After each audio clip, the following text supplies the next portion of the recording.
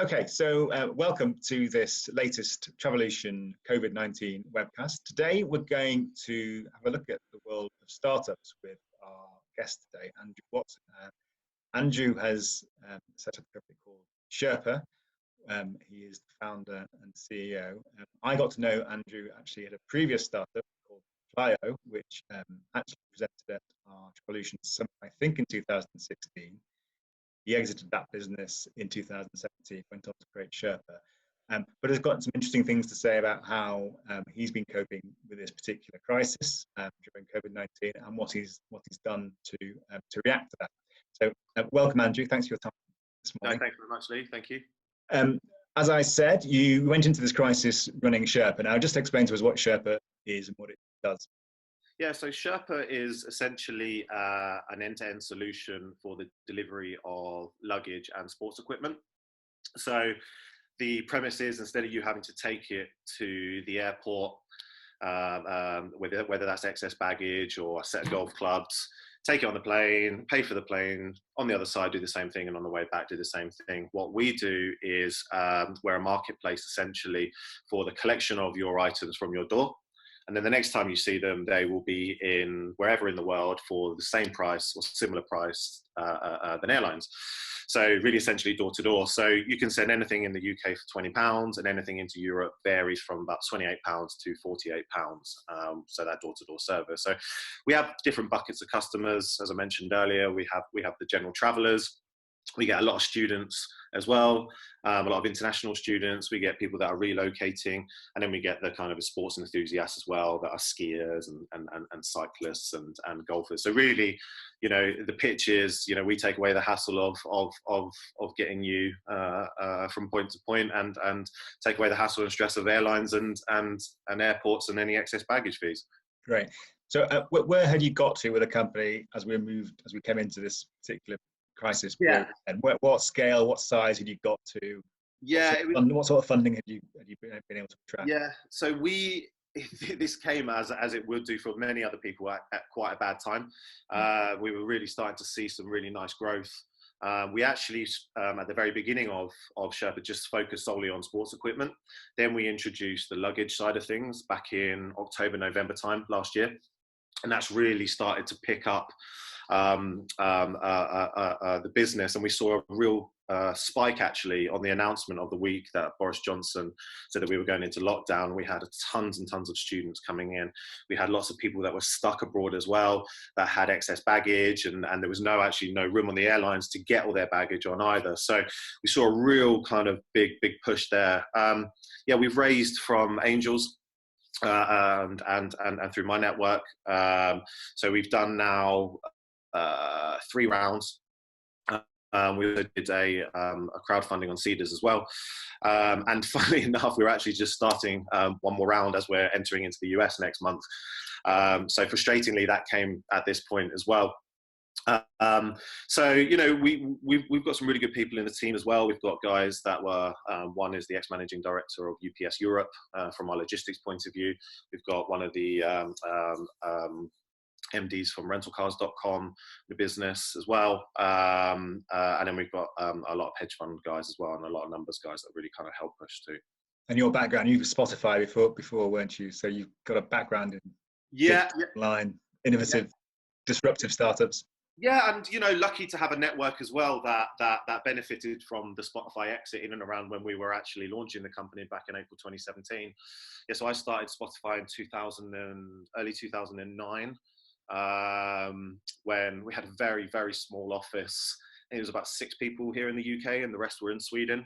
And then 2 or 3 years here, and I moved to the US, and there was 4 or 5 of us, and then that grew to God knows how big. And then I moved over to Asia and helped set it up there. There was 3 or 4 of us, and then through all that came Flyo after Spotify, and that was essentially, I was traveling through so many airports at the time that I thought there was there a one solution for all airports.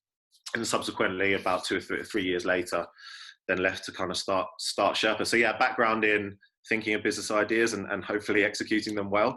Spotify was a totally different experience in comparison to anything I think I'll ever have again. So like you said, you had this little spike with Sherpr as we entered lockdown, but clearly this wasn't going to be good for Sherpr and having no travel going on internationally. So at what point did you realise this will not be good for the company? We've got to sort of start thinking outside the box, what we're going to do to survive. Yeah, I think, do you know, it's funny. I remember that week when the lockdown was announced and we had this huge spike, and we actually had a consistent revenue through the week after. And then I was thinking to myself, well, actually, I think we had a board meeting, and I was thinking to myself, you know, should I be pitching this, and should I be telling the guys that, you know, we're actually okay? You know, this could be fine, because you've got people going into lockdown, people stuck abroad, they can't travel, but they need to send things back. We've got students that need to get out of their halls of residence because their contracts run out in June. So do we have an opportunity here? And should we just be pushing marketing?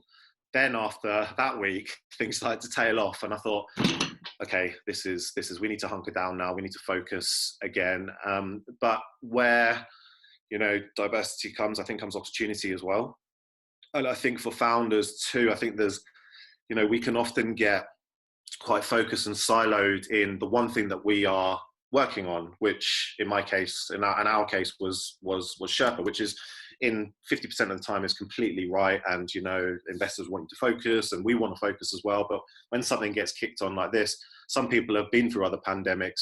I myself have never been through a pandemic like this before. So I think for anyone that is an early stage founder that hasn't been through one of these things, it's a really interesting time to go, well, okay, let's do what we need to do. And it's been widely publicized about furlough scheme and cutting back on staff and focusing on tech and, you know, what can we do to automate things. But then I think sometimes we look from the inside out instead of the outside in. And I think looking from the outside in, we took the opportunity to do that and go, well, look, we have an infrastructure here that works with the couriers, the logistics providers, and there's actually only one or two industries, and one of the industries that are really thriving in this period of time is the logistics providers. Yeah. I mean, they're stretched, but people are now doing home-to-home deliveries more. I mean, the amount of food packages I see get sent with the likes of Mindful Chef and HelloFresh, amount of alcohol, door-to-door alcohol brands that are doing really well now, and there's not much else to do. So we kind of looked at that and went, well, okay, well, can we take our existing infrastructure and create something off the back of that that might either benefit people during this period of time or actually seize an opportunity without changing the business model drastically? And that's where we kind of born Deliver My Parcel, which is essentially a parcel comparison website that if you need to send a package to a loved one during COVID-19, or you're a small business looking for cheaper rates, an SME, an e-com site, then, you know, we have that functionality for you without going direct to the couriers and being held to targets and not getting the discounts that you want in order for your business to survive during this period of time. We offer kind of a cheap rate or cheap rates depending on wherever you want to send in the world. Yeah. So obviously hunkering down is important, but actually, I mean, setting up a whole new business, whole new brand in this period would seem to be a crazy thing to do. But actually, this is, I guess, what entrepreneurs do and what startups do. So it must have been quite risky. Did it feel risky to do it? How did you struggle to get people on side? No, I don't think it felt risky. Again, we had a conversation with some of us on the team and some of the senior guys, and we just looked at it and went, look, we don't know how long we're going to be in this pandemic for. We don't know how long travel is going to be restricted. We don't know how long, you know, we're going to be stuck inside for, you know, but ultimately, what can we take without changing the business too much, without changing exactly what we do in a day-to-day business, and how can we spit something else quickly? So we turned Deliver My Parcel around about 5 to 7 days from start to finish. And again, we're not doing anything specifically different. We're just sending different items. It's a different brand. We're not sending luggage or larger, you know, golf clubs or bikes or skis or, you know, excess baggage. We're just sending small parcels. So actually, we didn't want to put it on Sherpr. We wanted to kind of separate it. Did it feel risky? I don't think it felt risky. I think the risk would have been for us to just sit there and not do anything about this and just hope that at some point Sherpr picks back up again. You know, there are still bookings coming into Sherpr, but it was not obviously at the level it was, as with the same with all other travel providers at the moment as well. So, yeah, we just saw it as an opportunity and thought, you know what, we're not going to be doing anything different on a day-to-day basis. We're still going to be, the bookings will still be processed the same way. We're still going to be looking at couriers and using those couriers. And if we can automate the platform, it's just really about marketing and speaking to small businesses as well. And we've had a few small businesses already signing up to the platform. We've had customers using the platform, because you're not also trying to introduce new behavior as well. I mean, this is similar behavior to, it's exactly the same as sending a parcel, which we've all done in the past. So yeah, so I wouldn't say it was risky. I think it was just an opportunity, and I think it was something we kind of had to do to maintain revenue levels. So how's it gone? I mean, is it made up for the loss of business on Sherpr, or at least gone some way? Must have gone some way to mitigating it. And were you able to get the right kind of skills in house to create this brand and to market it? Any of the tech you needed?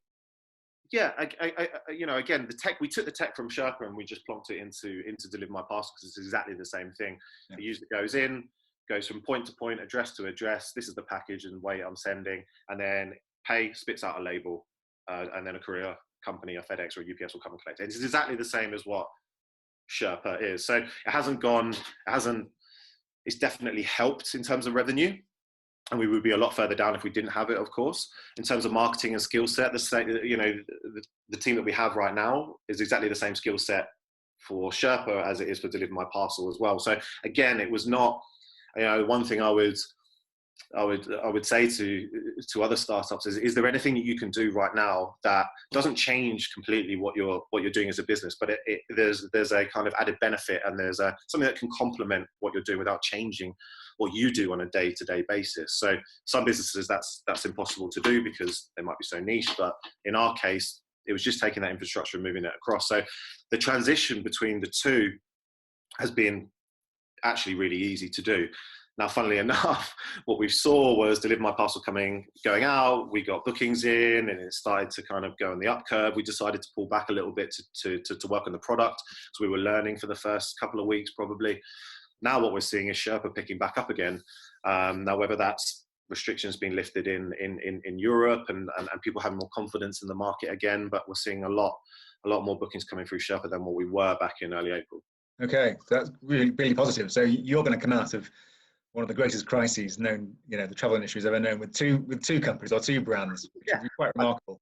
Yeah, I don't know if that's a good thing or a bad thing, because we have to think about exactly where we focus.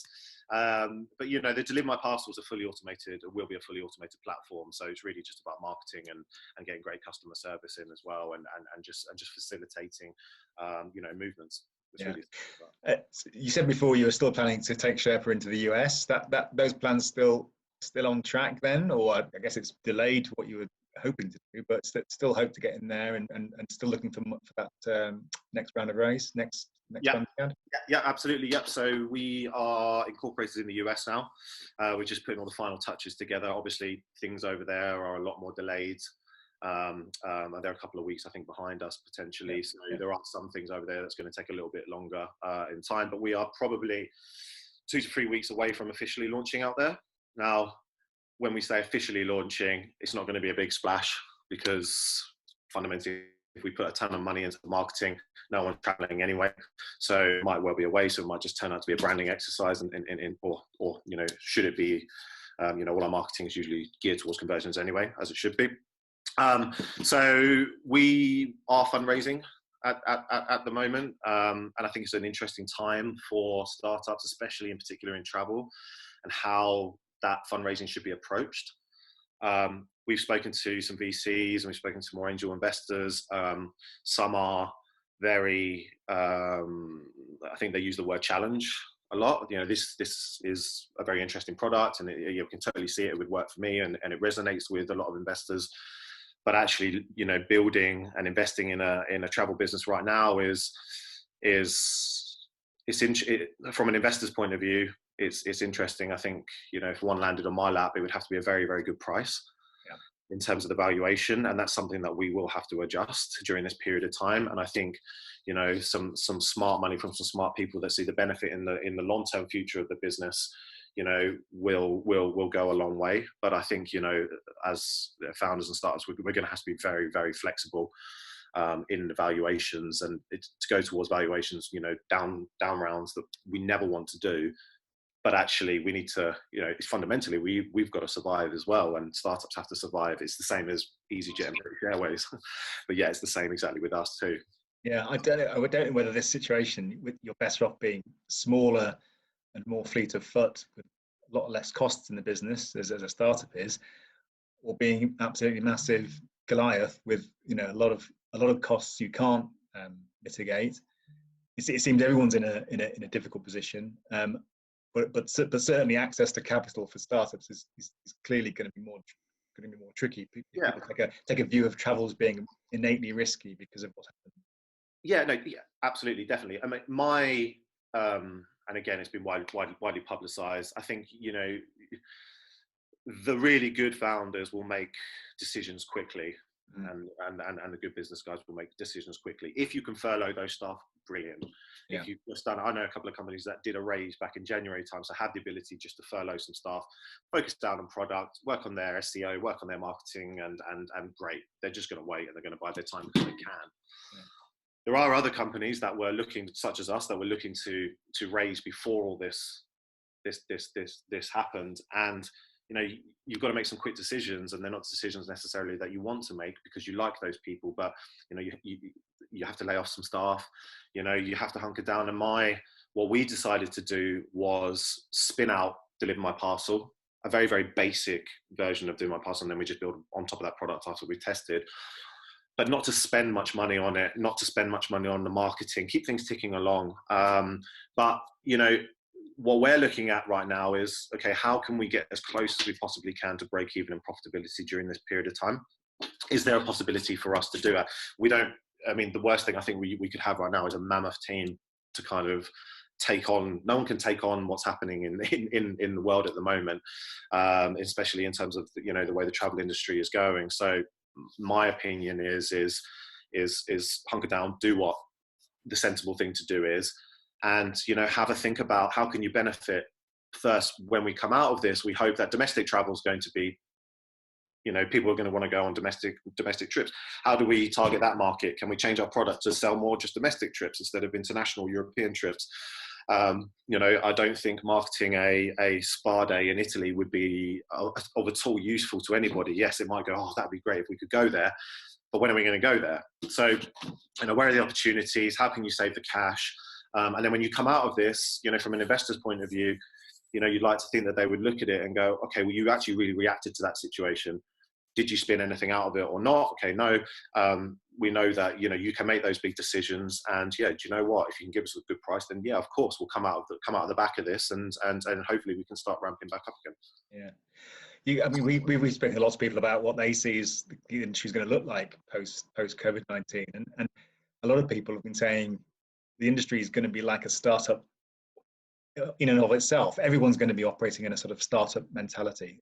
Everything's off the table. You're starting from scratch. It's going to be almost a complete reset, and people are going to have to be thinking a bit more on their feet. So in some ways, you think, well, this is exactly what startups do all the time. So maybe the industry offers more opportunities going forward if you can keep the funding and find the funding. We've seen today, I think, Fly Now Pay Later has just raised big money for the future. So there's people still making bets on startups like you for the future. Definitely, and I think ultimately this will get back to a point where it goes back to normality. How long that's going to be? 1 year, 2 years, 3 years, 4 years, 5 years. I mean, if people are betting big money on companies such as Fly Now Pay Later, then you think that there was a lot of confidence in the market from an investor's perspective as well. So how is it going to look after this? I mean, I think if we had the answer to that, then we would, everything would be great, and we could kind of kick on. I think from our point of view, we're lucky because we've got loads of different buckets of customers, and we're a logistics travel brand as well. So fundamentally, we pitch ourselves as the travel brand, but we are an ancillary and a logistics ancillary to OTAs, travel site, whoever that may be, hotel chains, for example, as well. So how can we look at that opportunity moving forward? And I think, I'd love to have the answer of how it's going to look afterwards. I wish I could give you a good answer, but I think there's going to be opportunity. I think there's going to be a lot of learnings from this, in the fact that companies can be leaner. Do we need all the staff that we have? Do we need to raise as much money? all this, for startups, do we need to do that? Definitely, or can, and are investors taking the punt that when this does start to ramp up, these companies that are getting the investment are ahead of the curve? But are you then just going to be burning more money? I mean, who knows? I mean, I guess one of the upsides potentially is the big guys out there are going to be less capable of doing this sort of stuff themselves. They're going to be looking for people to provide them with these services. So, corporates have always looked to sort of work with startups because they want to be seen to be close to what's the next new thing and close to the disruptors potentially. Yeah. But they're not going to have the investment themselves now to do it themselves. So they'll be looking to partner. There's maybe opportunities of partnerships. Yeah, I actually did a piece for another publisher recently and said that, as startups, we shouldn't be looking necessarily to be going out there and raising money. I mean, you've got a lot of the crowdfunding sites that have been quite aggressive at the moment about bringing startups in to the platform. Now, that's fine if you're not a travel brand, but if you're a travel brand, that's not necessarily the right place to be going to right now. I think we're lucky in the fact that we're essentially an ancillary, and we were supposed to be launching towards the end of the year with a very large OTA and a couple of other travel sites as well. So where we can position ourselves is to bring that additional revenue, whereas airlines are not sharing that revenue from baggage sales, because that's where they make most of their money. So any money that is being given to a travel site, an OTA, whoever that may be, is they're getting the price that the airline is selling on the site, and then they build a margin into that therefore. So what we're offering is a door-to-door service. We're offering the same price as an airline would do, so there's no need to build the margin on top, or you can have that flexibility. Yeah. And then, we're offering a commission from that as well. So we have simple APIs, plugins. There is nothing, too complex about it. But I think, for startups now, and hopefully for the big corporate companies, but definitely for startups, there's no need to necessarily raise those millions. So go out to the partners, go out to these corporations and say to them, if you can offer them something, a benefit that's going to be bringing additional revenue, hopefully, more than they would do before, even slightly, then, fundamentally we've got, we'd like to say we're all really, really busy, which some people are furloughed, some are not, but people have time at the moment. There's no distractions either necessarily with people in the office talking or having internal meetings. So now's a really good time for startups to reach out to corporate companies and suggest a call and have a conversation, because 9 times out of 10, we're seeing a much better response rate. Yeah. And I suppose we live in a digital age, and so you can do a lot more things in this age. We're doing an interview over Zoom, but we had a startup write a piece for me the other week, Tripper Brood, who is not yet fully launched, but they're developing their product and they were about ready to go. So they've had to sort of obviously put things on hold. But what the founder of that company has discovered, she's now got access to talent across the world, where previously she didn't even know it existed. She's much more happier now to move with that and say, let's use the talent wherever it exists. I don't need them to be actually physically in UK or wherever I've got my office. It doesn't matter, as long as they can do the job for me, they can be based wherever. So we do live in an age where, as a startup, you can be very strategic in that sense. Is that how you see things developing for you guys? Yeah, definitely. I mean, I think a big thing from this is, we don't necessarily need to be in the office all the time with each other. We can always work remotely. Now, the only thing you've got a challenge with is a different language and a time zone. So as long as you can all sync in with that, and and we talked about them earlier, and I believe Jack's Flight Club, a big company, they all work remotely. Yeah. So they were doing this prior to this, and they've proven that you can actually have a very successful model by doing that. I think, it depending on which business or what kind of business you have, depends on where and how you need specific teams, and do you need specific teams to that. So, for example, customer service is a big part of our business, and we have people booking from South Korea, we have people booking in California, we have people booking South Africa, Mumbai. For us, as long as we have as long as we're all singing from the same hymn sheet, then technically we don't really need to be in the office together at all. There's also a lot of other sites out there now, like Upwork, and we can get freelancers in, and you can. I think the only thing behind that is it's always good to meet somebody face to face to actually really get a good feel for them, and we can have a chat over Zoom. And you can have interviews over Zoom and stuff like that. But yeah, I mean, look, the world is a small place and we can be super flexible in what we do. Everything's online, everything's digital. We're a marketplace. You know, we don't own any vehicles. We use FedEx, UPS, DPD, DHL, all these guys. So we're not doing anything out there. We just need our laptops, and we need to build the tech correctly for that as well. And that's where all the big businesses do succeed. And from a startup point of view, we will generally always be the first people to go, yeah, let's all work remotely. Don't worry about it. Whereas maybe a corporate company wouldn't necessarily be quite like that. Yeah, we did a story last week about a guy, Eddie Robb, who set up a company called Make It Social. And he's actually stuck in Antigua because he went on holiday before COVID hit and is actually stuck there, still there now. And he's established a company to sell face masks that can be customizable to your brand while stuck in Antigua, and got funding from somebody, just all online, obviously on a laptop. Really, that's brilliant. Yeah, I mean that proves the point. I mean, there's so much opportunity. I mean, I'd like to be stuck in Antigua right now instead of North London. Yeah, which would be nice. That'd motivate me a lot to do to launch another business. But yeah, I mean, there's I have friends in a lot of startups as well, and a lot in travel startups, and everyone's doing just fine. You know, the roadmaps for product are being worked on just as quick as they were before. You know, the pipelines are being worked on just as quickly as they were before as well, and everyone's in separate locations. So it's just about communication. Well, look, we need to finish up now, but it's been really fascinating chatting to you for half an hour or so. Just a final thought on, on the future of startups and innovation in the industry. I mean, you could take a pessimistic view to say that this is going to be devastating for small innovative startups. Yeah. I don't think you'll agree with me because you are one. So, but do you actually think maybe potentially the opposite's true? They say out of a crisis, a lot of innovation comes, and we may well see that. Do you sort of look positively for the future in travel, specifically for young entrepreneurs like yourself who want to break in and want to do something? Yeah, good question. So it's hard to say what the future is, given when we don't know when the future will return. And I see the future as going back to normality. Yeah. Fundamentally, it will go back to normality at some point. Now, again, whether that's 1 year, 2 years, 3 years, 4 years, 5 years, vaccine, whatever that might be. I think there is the way we see it from a Sherpa's point of view is that from a travel perspective, do we continue with what we're doing now, developing the tech, doing what we need to do right now, and then on that day when we're allowed to travel again, will we see all those people coming back to us that we had to refund?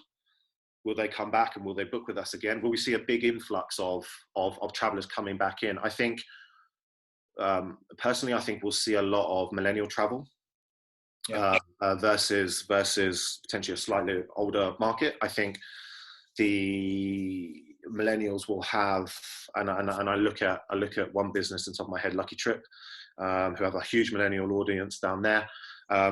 I think they will do very well when that starts to come back in. I think millennials potentially are not quite as fearful of this virus as potentially a slightly older audience are. Would be a lot more open to doing new things, would be a lot more open to doing maybe more domestic travel into areas where they've never kind of seen before. I think there's definitely opportunity. I think it's very hard for me to sit here and say everything's going to be perfect whenever we go back to being able to travel again, because when we don't know when that happens. But again, there is so much opportunity there to for those people that have companies to spin off something new that is beneficial and sees an opportunity during the pandemic, versus sitting and resting on your laurels and hoping, fingers crossed, that we're going to go back to where we were in a period of time. If you're starting a brand new business, that's tough during this period of time. And I would be more pessimistic for travel, for anybody starting up. I don't, off the top of my head, can think of anything that is not out there that is going to really be benefiting or could benefit from any new innovation. I really hope there is. Yeah. But yeah, I'm optimistic about the future. I have to be optimistic about the future. But I think from my perspective, where we're keen to get going again. And like I said earlier, we're starting to see a rise in bookings already, just as things are starting to ease slightly. So that gives us a really good sign that people are still willing to travel, people are still willing to book and actually spend money as well, because there's one thing traveling from an economical point of view as well. You know, this is definitely throwing up questions for people. Do we need to be doing this, and do we need to be doing that? So fingers crossed. Yeah, look, on that relatively positive note, we'll finish. You know, travel's always been a sector that seems to have attracted entrepreneurial people and people who want to just do something different and interesting. So I don't see that changing. It's whether it's the environment's going to be there for them to be able to do that. But we will see, and we'll keep our fingers crossed, because it makes for an interesting industry when you've got people like you around trying to do things differently. I hope so. Yeah, Andrew, look, thanks very much for your time. Great. Today. Appreciate that, and best of luck with everything. Thanks. Bye. Thank you very much.